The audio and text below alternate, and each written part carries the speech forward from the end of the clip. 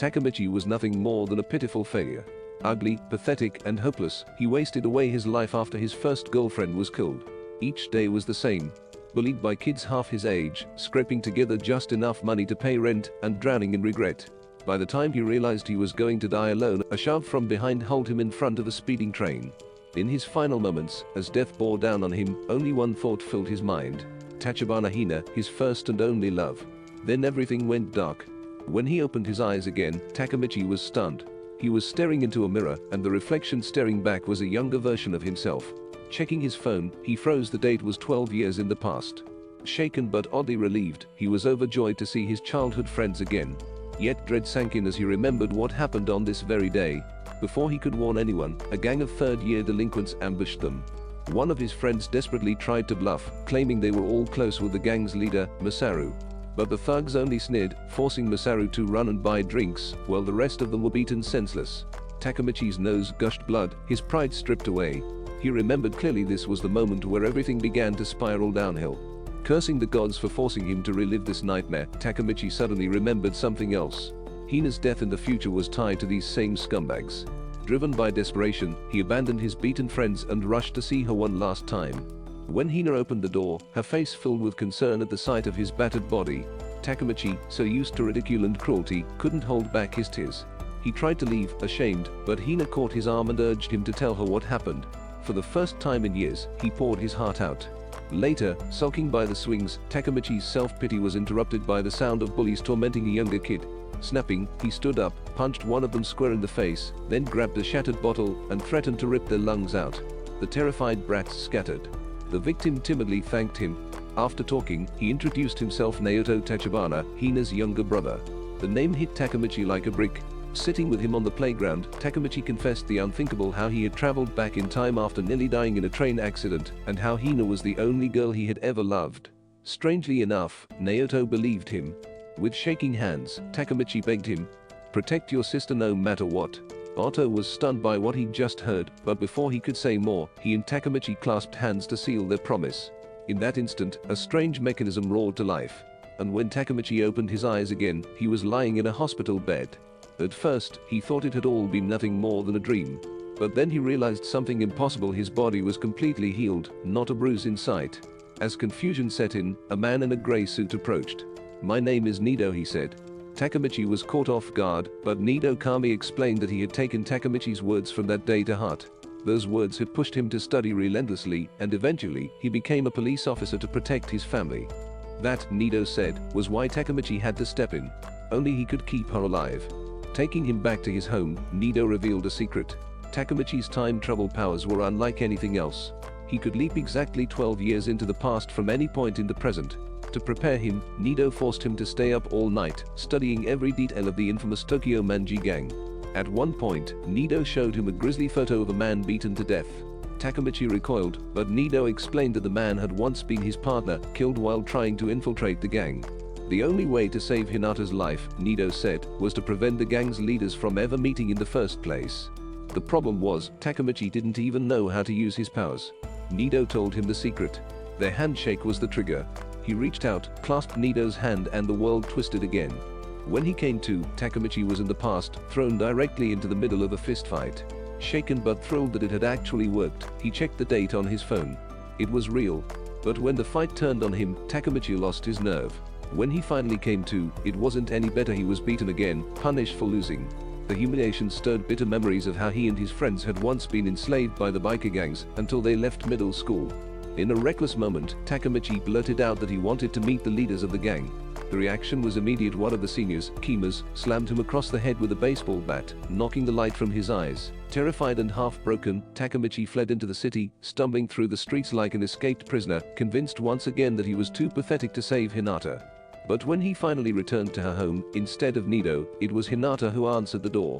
She scolded him the moment she saw his bruised face, calling him an idiot for getting dragged into another fight. "Honestly, I should have been the guy in this relationship," she teased sharply. "You're such a crybaby, you can't even protect yourself." Her words stung, but deep down, Takemichi knew she wasn't entirely wrong. He waved it off without a proper goodbye and headed home for the night. The next morning, Takemichi met his crew in the boys' bathroom. Their leader, Kin, dropped shocking news. The next fist fight would be between Takuya and a student from another school.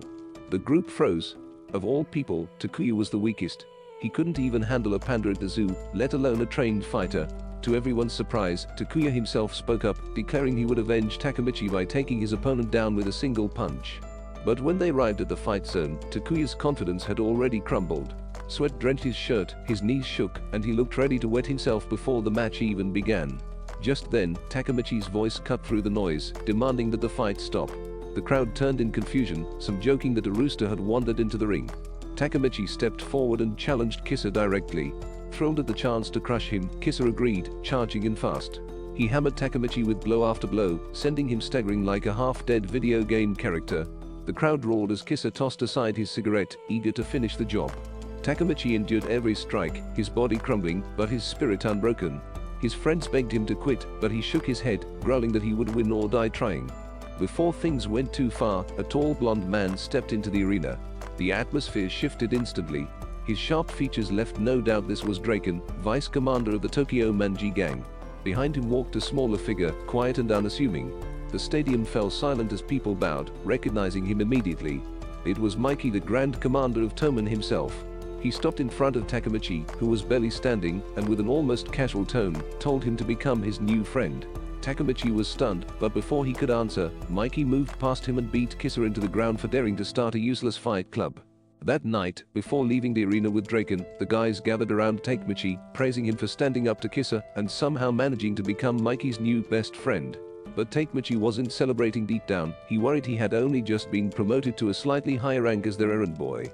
While the others messed around, Akan quietly admitted that he had actually wanted to kill Kissa during the fight. He then thanked Takemichi for saving them all from those biker punks earlier that day on his way to school. The next morning, Takemichi could barely keep his eyes open in class. But just as he was trying to concentrate again, a loud commotion outside made him jump. His jaw nearly dropped when Mikey himself strolled right into the classroom, casually telling him to come hang out.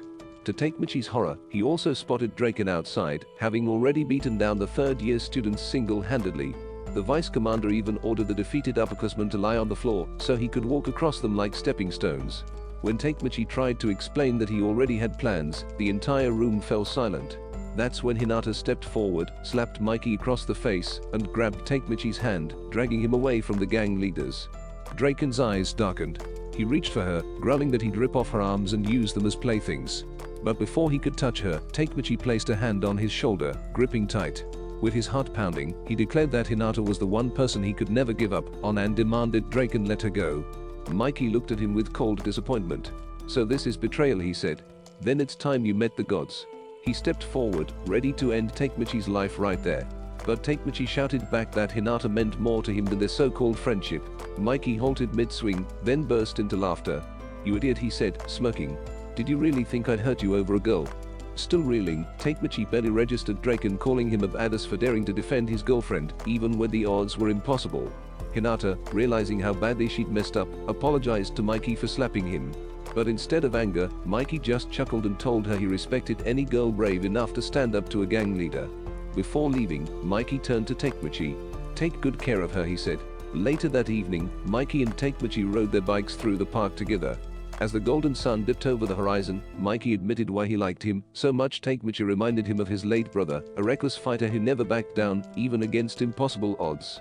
Staring at the sunset, Mikey confessed his dream: to lead the Tokyo Manji gang into a new era of revival, and he wanted Takemichi to play a major role in it. When Mikey and Draken finally pedaled off into the distance, Takemichi lingered on the path, the words heavy in his chest. How could someone as kind as Mikey one day be the reason Hinata would die? That was enough to annoy Mikey, who snapped and called Draken a spineless coward. The two were seconds away from clashing when Osanai suddenly walked into the hideout.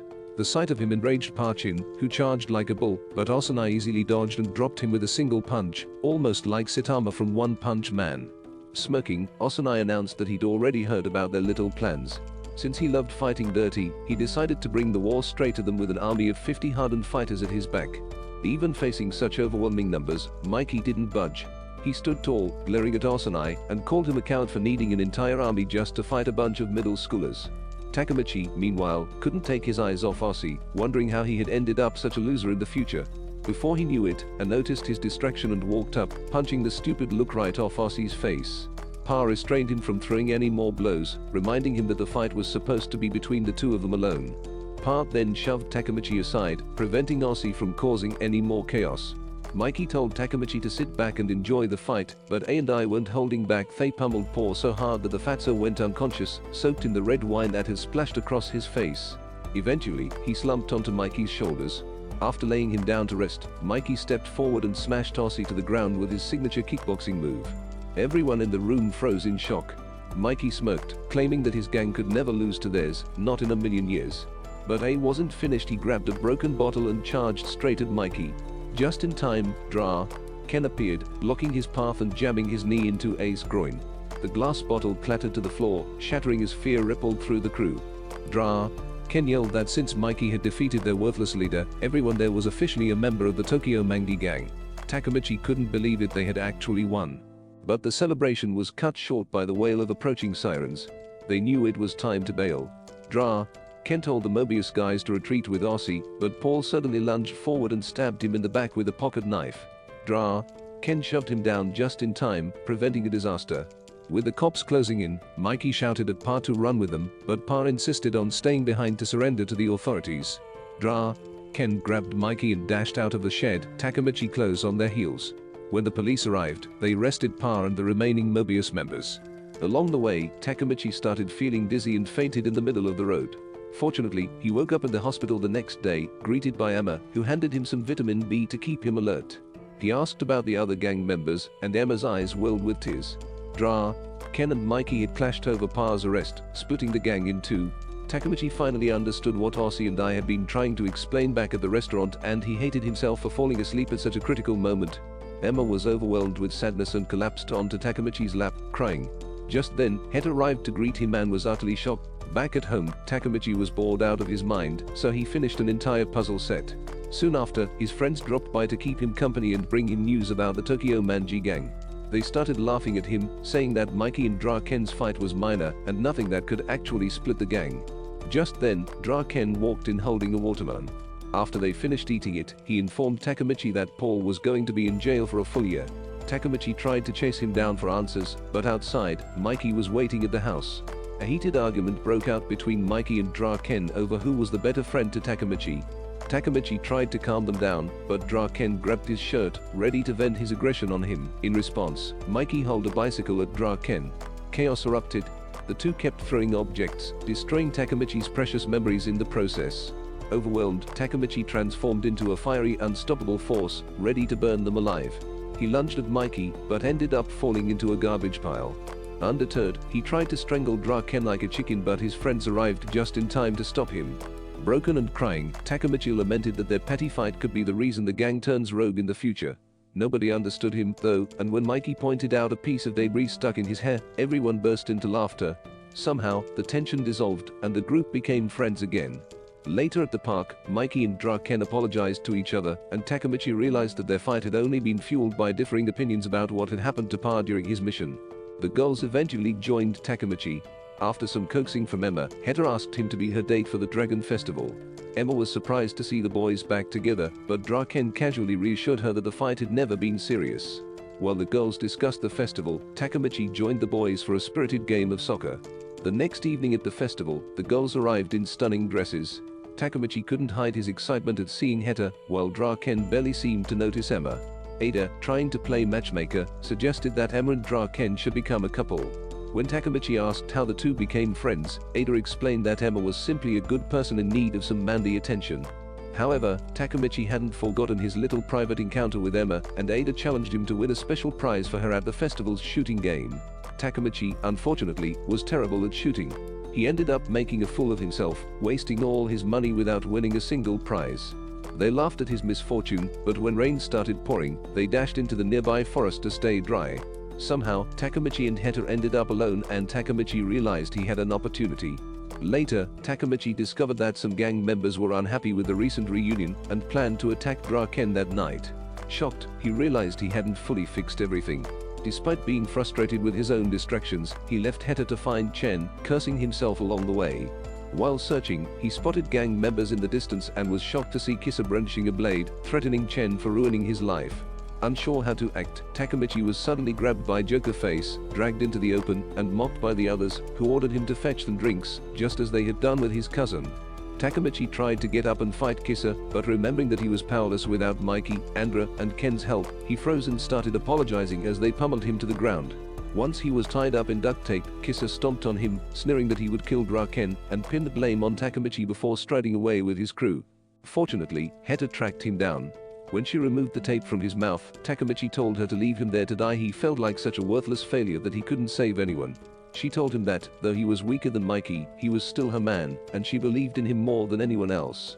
Buoyed by her words, Takemichi charged off to warn Draken about the attack. On the way, he ran into Mitsui, who had also heard about the threat and was heading to intervene.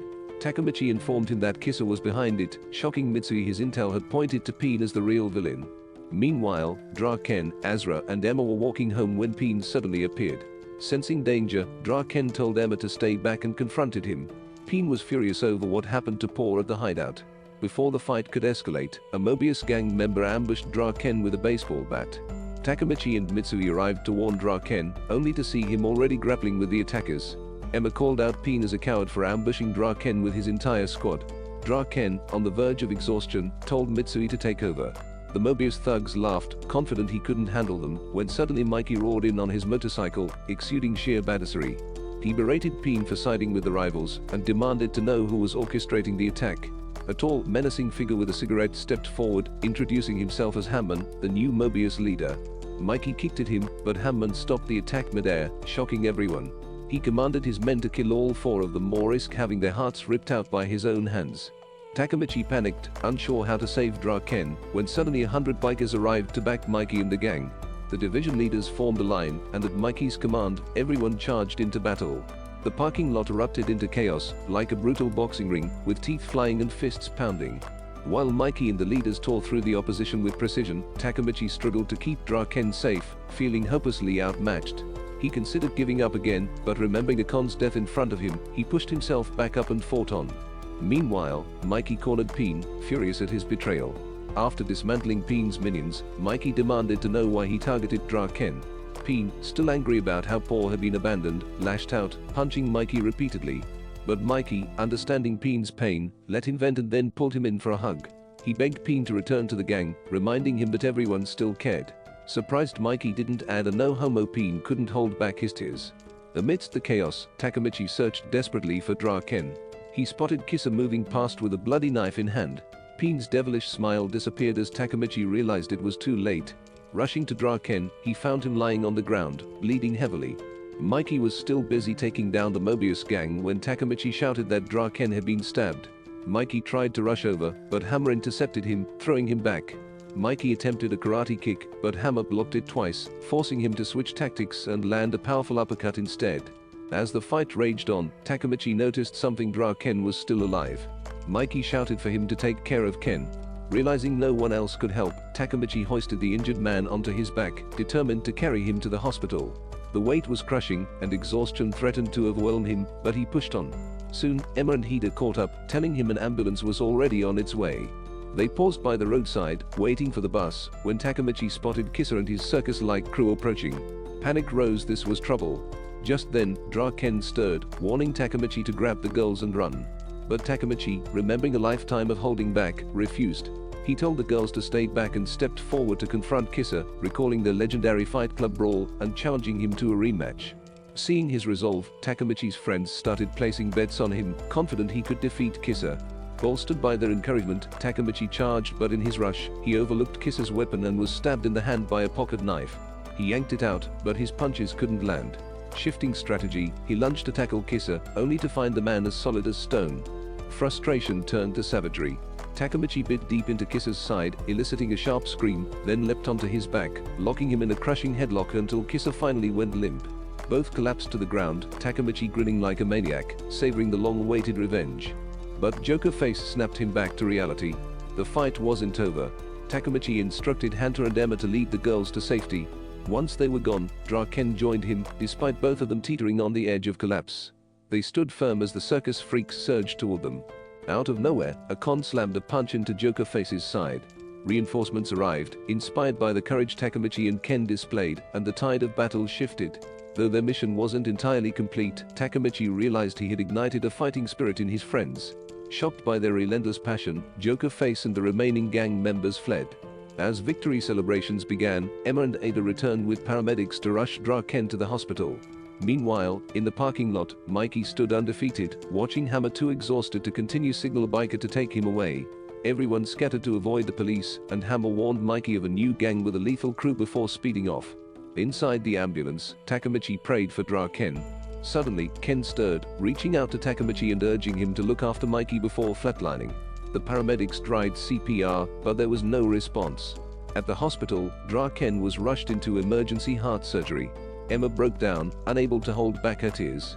Mikey arrived, masking his emotions, staring at the operating room, and urged everyone to stay hopeful. Draken was too strong a fighter to be taken down by a stab wound, no matter the betrayal. Takemichi and the others felt inspired by his words. After hours in the waiting room, the doctors finally emerged with good news. Chen's surgery had been a success. Excited, Matsui and the others ran to share the news with the gang. But Takemichi noticed Paul still lingering behind, ashamed to face the crew after what he considered his betrayal. Matsui reassured him, saying there was no need to feel guilty. They all understood his reasons. In fact, Chen was the one who cared for Paul the most. While Paul had been suffering in the slammer at the hands of the brutal inmates, Draken had faithfully visited his parents daily, bringing gifts and support. Matsui urged Paul to apologize to Draken and the others. Once everything had settled, Takemichi stepped outside with the girls and realized he had successfully completed the mission Nido had given him. But when he noticed Mikey was missing from the gang, he ran to search for him. He eventually found Mikey outside Chen's hospital room, quietly crying after hiding his emotions all night. The week after the fight, Takemichi had earned a reputation as a local street champion. When he visited Draken at the hospital, Ken mocked his outfit and called him an idiot for celebrating just one victory. Annoyed, Takemichi shot back that he deserved to feel proud after being a loser for so long. Draken was just teasing, and he pointed to a bag on the floor, a gift from Mikey. Inside was Mikey's jacket from when he first became the gang leader. Takemichi felt unworthy, but Draken reminded him that the entire gang owed him a huge debt of gratitude. He bowed to Takemichi, thanking him for saving his life, while Takemichi wondered if he would ever truly deserve the jacket. Draken advised him to talk to Mikey about it. When Takemichi reached the rooftop, Mikey confronted him, asking how he had known what would happen ahead of time. Takemichi was about to explain the time travel mission, but Mikey laughed it off and jumped down, thanking him for saving Draken and the gang. With his main objective complete, Takemichi went to meet Nido to return to the present. Before leaving, he gave Hina a clover necklace as an apology for being such a terrible boyfriend, gazing at her beautiful face one last time. He then shook Nido's hand to activate the time sequence. When Takemichi opened his eyes, he was back at his mundane job in the video store, questioning whether it had all been a dream. He tried calling Nido, but the scar on his hand from the fight with Kissa confirmed that everything had actually happened. Soon after, he received a message from an unknown number about a meeting. At the venue, he was surprised to see Akon, looking just as he remembered, working at a hair salon. Akon excitedly told him he was about to become a hairstylist and wanted Takemichi to be his first customer. Overcome with emotion, Takemichi began to cry, proof that his plan had worked. His phone rang again. This time, it was Nido, confirming the mission's success. On the car ride to see his sister, Nido explained that the timeline in which she had died during the gang war had been completely erased. Takemichi was thrilled at the thought of finally seeing her in the present. When they arrived at her apartment building, Nido told him that Hina was now a grade school teacher. Takemichi's mind raced, imagining all the things he wanted to share with her when they reunited. But doubts crept in, would Hina even want to see him after 12 long years? Hesitant, he told Nido to go on without him and slowly turned to walk in the opposite direction. Takemichi slammed his fist against the wall, furious at himself for being such a coward, even after everything he had endured to save everyone. When he finally pushed open the apartment door, he collided with a familiar face. Looking up, he was stunned to see Ada standing there. Memories of all the good times they had shared washed over him, and before he could stop himself, tears streamed down his face. As they moved toward her room, the awkwardness between them felt almost like a first date. Nido, sensing the tension, got up to leave, but Takemichi grabbed his leg, pleading like a servant. Laughing, Nido suggested they all go for a drive. However, midway, Nido received a call from his boss about a case and left the car, leaving Takemichi alone with Ada. His heart raced. He was finally alone with her. He noticed the chain around her neck and wondered if it was the same one he had given her before returning to the present. After parking, Ada asked him to join her for a walk. They stopped at a scenic spot, and Ada sighed, saying how much she missed walking through the park with her favorite person. Takemichi assumed she meant her new boyfriend, but she was talking about him. Then, with a trembling voice, Ada asked why he had dumped her all those years ago. Realization hit Takemichi, he had ended their relationship in the past. Stunned and ashamed, he ran to the bathroom to clear his mind. Seeing his reflection, pale and disheveled, he resolved to be brave. On his way out, a man in a suit appeared, but Takemichi froze when he saw the tattoo on his hand. Panic surged as he rushed to check on Ada, but before he could reach her, a truck barreled past, striking her car. The driver was none other than his friend Akon, forced to carry out orders from Kazaki Teta. Tears blurred his vision when the truck exploded, throwing him to the ground. Flames spread toward Ada's car. As he watched the flames consume her vehicle, Takemichi vowed he would never give up until he saved her. At Ada's funeral the next day, everyone stepped forward to pray. When it was Takemichi's turn, grief rooted him to the spot. Nido, moved by his unwavering devotion, broke down in tears. Takemichi paused his silent vigil and joined him outside, staring blankly at the pond. Ada's mother approached and returned the clover necklace, telling him it had been Ada's most treasured possession and that she had loved him deeply before passing. Takemichi clutched the burned jewelry, tears streaming freely as the memory of her death overwhelmed him. Later, Nido revealed that Akon had a wife and child who had been kidnapped by the Tokyo Manji gang, forcing him to obey Kawasaki's orders. Frustrated, Nido suggested giving up, but Takemichi, firm and determined, vowed to change the present by becoming the gang's leader in the past. Otto laughed at what he called a stupid ambition, but Takemichi insisted it was the only way to save Ada. Nido, inspired by his resolve, joined him in walking toward their plan. They went to check on Draken, only to find him a shell of his former self, Hellas, and on death row. Draken admitted his guilt in the gang's descent into violence, and lamented that he had failed to stop Kawasaki earlier. Visiting time ended abruptly, and before leaving, Draken warned Takemichi to leave town, as Kasi and his crew were waiting to kill him. Unable to find any information about Kasi online, Takemichi knew action was necessary. He told Nido he was ready for another time jump. Despite the seeming insanity of Takemichi's plan to take over the gang, Nido agreed, and they activated the time sequence. When Takemichi opened his eyes, everyone laughed before heading out to meet the others. Mikey announced it was time to appoint a new captain for the 3rd Division, and together, they rode toward the gang's base, determined to reshape the future. The official meeting point was buzzing with anticipation for the coronation ceremony. Mikey stepped forward and announced that it was time for the new captain to appear. Takemichi and the others exchanged curious glances, wondering who it could be, when a man wearing glasses walked up with a bodyguard. Takemichi's heart skipped a beat. He felt like he recognized the face.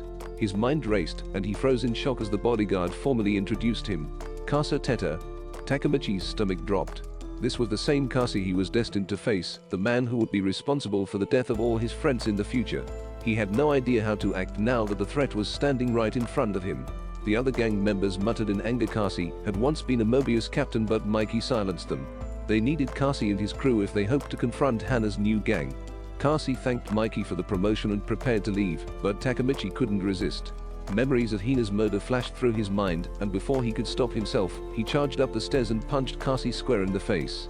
The moment the blow landed, Takemichi realized how doomed he was when Draken yelled at him for disrespecting an official captain. Other division leaders began converging, ready to teach him a harsh lesson. Baji, the 1st Division leader, lunged at him despite warnings, beating Takemichi mercilessly until Matsui intervened. Frustrated, Samaya, Jack's son, declared he was done with all the chaos. He sided with the enemy gang, shocking everyone before striding out of the ceremony. Kawasaki, thrilled at the gang's unraveling, approached Takemichi and knocked him out with a single punch. When Takemichi woke, Mikey was beside him, explaining that Baji had been his childhood neighbor and a lifelong friend. He had always been impulsive, picking fights for no reason, probably why he'd attacked Takemichi at the ceremony. Mikey confessed that seeing Baji abandon the gang for the enemy had broken him. Mikey asked Takemichi to help bring Baji back. Takemichi agreed, but only if Mikey removed Kasi from the gang and replaced him with someone else. Mikey promised Kasi would be banished if Takemichi succeeded, but warned him of dire consequences if he failed. As they spoke, Takemichi sensed someone watching. Mikey demanded they reveal themselves, and Mitsui stepped out from behind a tree, apologizing for eavesdropping. Mikey officially welcomed Takemichi into the gang under Mitsui's supervision. While Matsui wished he had stayed home instead, Takemichi cleaned the blood off his face. On his way out, he spotted a locket on the ground. Inside was a photo of the gang's founding members and a mysterious figure with a tiger tattoo on his neck. The next day at school, Takemichi stayed behind to plan how to bring Baji back. His friends congratulated him on officially joining the Tokyo Manji gang, but Takemichi wasn't celebrating. He explained his deal with Mikey regarding Baji, prompting Ima to give a brief history of the gangs in the city. The Tokyo Manji gang had 100 members across 5 divisions of 20 men each. In contrast, the Mobius gang had two distinct groups. One formed 2 years earlier, the second by Kasati. After Mikey defeated Os and I, the groups split. The first joined other crews to form Valhalla, while Tasaki's group respected Mikey and joined the Tokyo Manji gang, boosting its numbers to 150. Their conversation was interrupted when a stranger appeared, asking for Takemichi. Ima noticed the tiger tattoo and immediately recognized him as Kazutora, one of Valhalla's leaders. Kazu was excited to meet Takemichi and invited him to the Valhalla hideout to meet his crew. When he saw Hina walking downstairs, he set aside his fear and agreed to follow. Along the way, he asked Kazu why he had never been at their school. Kazu explained that, despite being a third-year student, he had spent his first year in juvie. At the hideout, a rundown arcade, Takemichi observed gang members who looked like zombies, chain-smoking cheap cigarettes. They joined the crowd watching Baji beat someone up. Kazu explained that this was part of Takemichi's initiation. He was required to fight the Tokyo Manji gang's 1st Division vice captain. Takemichi was stunned by what he had just heard. After Baji pummeled the vice captain into a bloody mess, he turned to Hammer, asking if that was enough proof for him to finally join Valhalla. But Hammer merely instructed Kura to introduce their guest to the crowd. Kura stepped forward and announced that Takemichi was now a member of the Tokyo Manji gang. Baji recognized Takemichi from the earlier ceremony, and as the crowd realized he belonged to the enemy gang, they began chanting for his death, declaring he should be sacrificed to the gods. Hammer, however, explained that Takemichi was there to witness Baji's true intentions. When asked to speak, Takemichi confirmed that Baji was no longer affiliated with the Tokyo Manji gang and turned to Kazutora for his opinion. Kazutora endorsed Baji, calling him a valuable asset due to his experience as a former division leader and insider knowledge of the enemy gang. Satisfied, Hammer welcomed Baji as an official member of Valhalla. But Takemichi wasn't ready to back down after risking his life to join these dangerous individuals. He challenged Baji, demanding to know why he would abandon the Tokyo Manji gang after being one of its founding members. Baji smirked, telling him to reconsider. Kato was also a founding member. At that moment, Takemichi realized Kato was the 6th person in the photo he had seen earlier. Baji went on to explain Kato's hatred for the Tokyo Manji gang. It all began when they first gathered at a local restaurant to receive their gang jackets.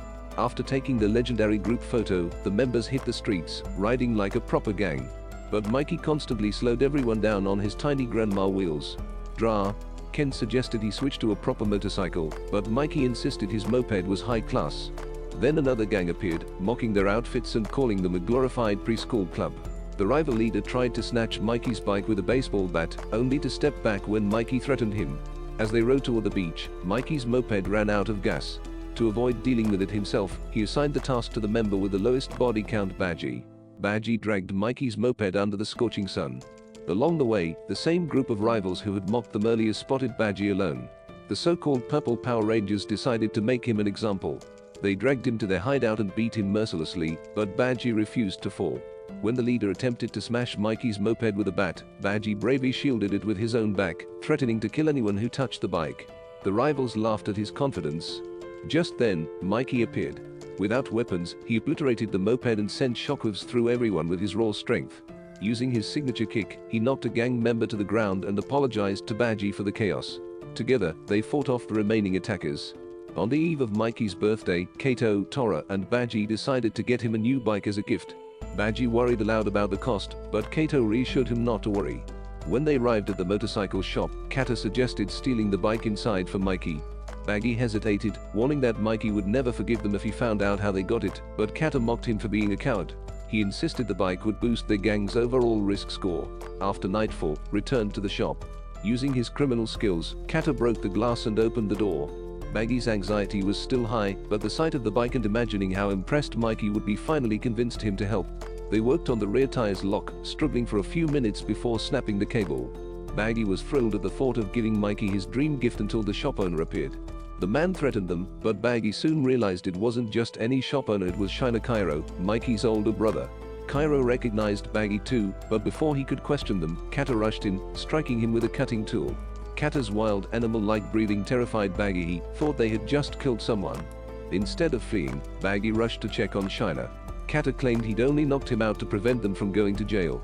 Once Baji revealed Shina's identity, Kata realized the severity of his mistake. Shina's head was bleeding badly, and when Baji admitted there was nothing they could do, he suggested calling an ambulance and escaping. Before he could dial, police sirens blared outside. Baggy urged Kata to leave, but Kata, losing his mind, raged about killing Mikey for ruining his life. The police arrived and arrested the boys, shocking Mikey to see his friends in handcuffs. Baggy broke down in tears, apologizing, while Kata repeatedly reminded himself that Mikey was their enemy. Takemichi was stunned. Baggy had never been loyal to the gang. That night, Takemichi struggled to sleep, burdened by a promise he couldn't keep, dreading Mikey's wrath. The next morning, a stranger at the swing set caught his attention. Takemichi ignored him, assuming he was crazy until the man introduced himself as Matsuo Fu, vice captain of the 1st Division. Takemichi recalled that Baggy had beaten him during the initiation. Fu explained that Baggy wasn't truly bad. During the coronation, he had only been trying to protect himself. His purpose in joining Valhalla wasn't to betray Mikey or the gang, but to expose Kawasaki Tida, the mastermind behind the chaos after Paul's arrest. Fu asked Takemichi to help him research Kasa, promising to assist Baggy. That evening, they joined Mikey and Draken at Shina Kaira's tomb. After offering prayers, Mikey revealed that the stolen bike was meant as a birthday gift from his brother. It was the only way he could remember him. Turning to Takemichi, he demanded whether he was ready to die for failing to bring Baggy back. Remembering Hina's death, Takemichi stood firm, promising to make it up by one day leading the gang. Fu called him crazy, but Takemichi insisted they partner to investigate Kasa, and Fu agreed. Together, they visited a bookstore where Austin and I shared that they had first met Kasa in their delinquent days. Kasa had promised to make them powerful gang bosses, manipulating them for his own selfish gain. According to Asana, Kasa had orchestrated the attack on Draken to become vice commander and ultimately control the gang. Though Draken survived, Kiski, a secret commander of Valhalla, met Mikey, offering to help bust Paul out of jail in exchange for becoming 3rd Division captain. When Fu asked why they hadn't intervened, Austin and I admitted Kasa was ruthless, willing to kill anyone in his way. Leaving the bookstore, Takemichi wondered why Kasa had founded Valhalla, yet still infiltrated their gang. Takemichi decided to return once more to the present and visit Draken. This time, he demanded to know the truth. Who was the real leader of Valhalla? Draken's answer shook him. The true commander, he said, was none other than Mikey. In the past, when the gang had lost a decisive battle, Valhalla absorbed them and Mikey was forced into the role of its new commander. Stunned, Takemichi pressed him for answers. How could they have lost with Mikey fighting by their side? Draken explained grimly that Mikey had lost control that day. In his rage, he killed Kazutora. Kisaki had quickly manipulated the situation, providing someone to take the blame for Mikey's actions, securing his own position as vice commander, and twisting Mikey into an unwilling crime boss. Takemichi refused to believe it. His mentor, his hero, would never willingly become a monster. But Draken reminded him of the cruel truth. Mikey's brother had been killed by Kazutora, and in the chaos of the gang war near the detention center, Baji too was slain. Haunted by these visions of the bloody Halloween battle, Takemichi made a vow. His new mission was to prevent Mikey from killing Kazutora. Back at Naoto's place, Takemichi's determination impressed him. They shook hands, and the time leap activated. In an instant, Takemichi found himself back in the past, standing in front of Hina's apartment. She emerged with a small gift for him. When he opened it, he was stunned to see the very necklace he had given her weeks before. She shyly explained that she wanted them to have matching items, like a couple. Remembering how her mother had once returned the necklace to him, Takemichi was overwhelmed with emotion. Meanwhile, Draken and Kazutora met beneath an underpass to discuss the coming battle. Draken asked why Kazutora hated Mikey so deeply, even after Mikey had reduced his prison sentence. But Kazutora, bitter and unrepentant, claimed Mikey had stolen 2 years of his life. He rejected Draken's plea to return, vowing instead that Valhalla would destroy Toman during the Halloween War. Elsewhere, Takemichi followed Chifai to meet with Baji. When Takemichi asked if he had truly joined Valhalla, Baji coldly declared that he intended to kill Mikey with his own hands. Chifai stormed off, furious, but Takemichi stayed. He pleaded with Baji not to die in the battle, that his death would only break Mikey and turn him into a monster. But Baji only smirked, saying he planned to crush Mikey's heart anyway. When Takemichi relayed this to Mikey, the leader initially declared he had no choice but to fight Baji and Valhalla. Yet, in their final meeting before the battle, Mikey's resolve shifted. He urged his men to fight not just to win, but to bring Baji back to Toman. Then came the fateful Halloween. The battlefield was a car lot, packed with the most notorious figures in Tokyo's underworld. Among them was Hanma and his Valhalla forces, facing off against Mikey and Toman. To the surprise of everyone, a shady figure named Hansen, leader of another infamous crew, stepped forward to declare himself referee. His theatrics ended abruptly when Kazutora struck him down, declaring that Valhalla needed no referee. With a roar, Mikey ordered the attack. Chaos exploded as fists flew on all sides. While Takemichi searched desperately for Baji, an enemy leapt at him like a beast. Just as he braced for the blow, Mitsire appeared, kicking the attacker aside and scolding Takemichi for sullying the honor of Toman's 2nd division. Together they fended off enemies, but when more pressed in, Takemichi panicked until Chifayu appeared, reminding him to fight like a man. Summoning the rage of Hina's death, Takemichi landed his first solid punch, dropping an enemy to the ground. Elsewhere, Kazutora unleashed a crushing blow aimed at Mikey, only for Draken to intercept him. At that moment, as despair set in, Takemichi let out a raw, unyielding scream, and charged into the fray like a madman determined to turn the tide of the bloody Halloween, until his body finally gave in, collapsing into Mitsuya's arms. Yet Takemichi's heartfelt speech managed to spark something within the fallen members, pushing them to rise once more and keep fighting. Draken thanked him for igniting the team's spirit before charging headfirst into battle, tearing through enemies like a raging storm. With unstoppable force, he crushed more than 50 men without breaking a sweat. Draken then rushed straight at Hammer, blasting him away with a devastating punch. Meanwhile, Mikey pursued Kazutora up a mountain of wrecked cars, only to be ambushed by one of his henchmen. But Mikey landed like a superhero, glaring at Kazutora and calling him a coward for refusing to face him one-on-one. Kazutora smirked, saying he'd let his allies Chom and Chombo do the dirty work instead. Chombo tried to strike, but Mikey effortlessly blocked him, nearly crushing him underfoot. Kazutora revealed his real intention. He had lured Mikey up there to throw off his stance, preventing him from unleashing his deadly kicks.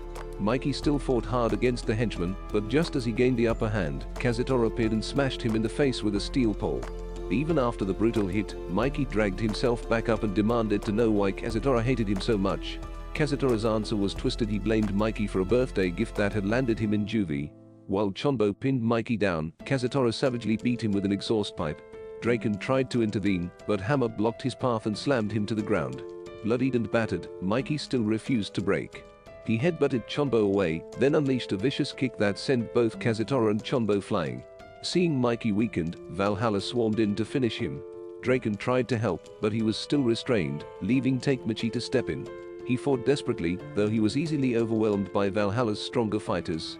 As he crawled toward Mikey, a Valhalla captain raised a metal rod to strike him down, only for Kisaki to appear and knock the man out cold with a single punch.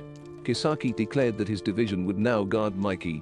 The gang cheered his arrival, but Takemichi froze because he recognized that Captain Kisaki had taken down as none other than one of his own henchmen in disguise. This was all part of Kisaki's plan to win Mikey's trust and twist Toman's future. Draken thanked Kisaki, while Takemichi broke down in tears, convinced he had failed his mission. Then, out of nowhere, Baji emerged, smashing Kisaki with an exhaust pipe. Takemichi was stunned. Baji seemed determined to expose Kisaki's schemes, but Draken and Mitsuya misread the situation, thinking Baji had turned traitor. Kisaki's bodyguard grabbed Baji by the collar and hurled him aside. Kisaki coldly ordered his men to kill him.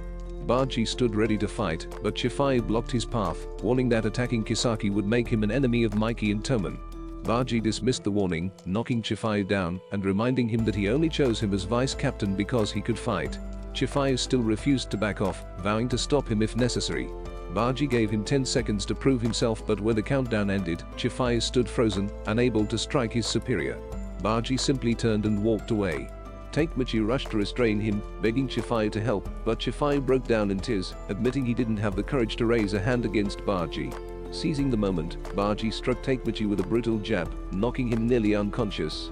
Fading in and out, Takemichi saw visions of Hina's death.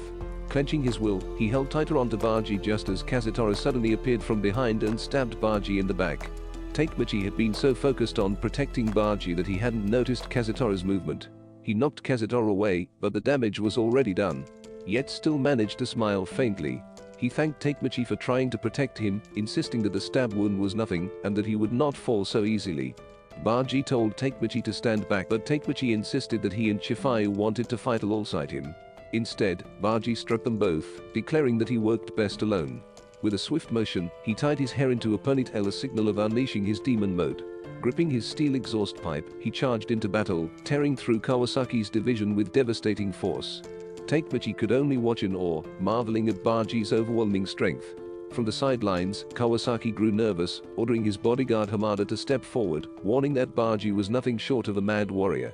Yet, in the blink of an eye, Baji cut Hamada down and pressed the jagged edge of his weapon against Kawasaki's throat. Takemichi was stunned that Baji had fought his way this far. Kawasaki sneered, daring Baji to finish him off. But before he could strike, Baji suddenly coughed up blood and collapsed at Kawasaki's feet. Shifai rushed to his side, screaming that Kisaki had killed Baji, but Kisaki coldly denied it. "I didn't even touch him," he said. Takemichi froze, horrified. This was exactly as Draken had once described. Baji would die in this battle. Kisaki seized the moment, twisting the blame onto Kazutora, calling him a backstabbing traitor who had caused Baji's death. Enraged, Mikey descended onto the battlefield. But before he could reach Kisaki, Hanma stepped in his way. Without hesitation, Mikey unleashed his infamous nuclear kick, dropping Hanma instantly. The remaining Valhalla members scattered in terror. Mikey pressed forward, grabbing Kazutora and brutalizing him, fists raining down with merciless fury. Takemichi remembered Draken's warning Mikey would kill Kazutora during this battle, and despair gripped him as the prophecy seemed about to come true. But then, to everyone's shock, Baji rose again, blood pouring from his wound. He called Mikey's name and, with a faint smile, thanked him for fighting so fiercely on his behalf. Mikey froze, stunned that Baji was still alive at all. Staggering forward, Baji confronted Kazutora directly, declaring that he was too strong to die from a single stab. To free Kazutora from blame, Baji pulled out his own pocket knife and stabbed himself again in front of everyone. Shifai screamed, rushing to his side, begging to know why he had done such a thing. With his last strength, Baji told Takemichi that Kisaki was trying to tear Toman apart. Sacrificing himself was the only way to keep his true friends together. Visions of Shinichiro, Mikey's late brother, began to blur before Baji's eyes. Realizing his end was near, he apologized to Shifai for everything and entrusted Takemichi with watching over Toman. With a faint smile, he passed away in a radiant light. Shifai wept bitterly, while Mikey, consumed by rage, turned back to finish Kazutora. But Takemichi threw himself in Mikey's path, desperate to change the future. Mikey struck him down, declaring that he would kill him too. Still, Takemichi dragged himself up again, shouting that Baji had given his life not out of weakness, but to protect their friendship. At that moment, Mikey noticed a familiar charm lying on the ground. Takemichi explained that it belonged to Baji. Mikey picked it up, and memories of the past came flooding back. He recalled the days when they were just kids, racing to their hangout spot. Mikey had wanted to fight off Kazutora's bullies alone, but it was Baji who suggested they form a gang, each member with a role, so they could face problems together. That idea birthed the Tokyo Manji gang. They scraped together all the coins they had to buy a single good luck charm, which they gave to Baji, the one who had come up with the idea. Now, holding that same charm in the present, Mikey realized that Baji had treasured their bond from the very beginning. Overcome, the gang members wept for his noble sacrifice. When police sirens blared in the distance, they knew it was time to scatter. But Kazutora remained, confessing to Mikey that he had killed both Baji and Shinichiro, and quietly surrendered to the authorities. Weeks later, Shifai visited Baji's grave to offer prayers. His mind wandered back to when they first met. Back then, Shifai was the toughest delinquent in school, leading his own crew unfeared even by the seniors. But when his men mentioned a notorious troublemaker named Baji, Shifai decided to put him in his place. But one evening, he returned to find Baji alone in the classroom, frustrated over failing to write basic characters correctly. Though clumsy and hot-tempered, Baji's determination shone through. Shifai helped him, teaching him how to write properly, and the two began forming an unlikely friendship. Not long after, when Shifai was ambushed by a local gang, Baji rushed in, fighting recklessly to protect him. It was then Shifai realized behind the glasses and wild temper, Baji was the real deal.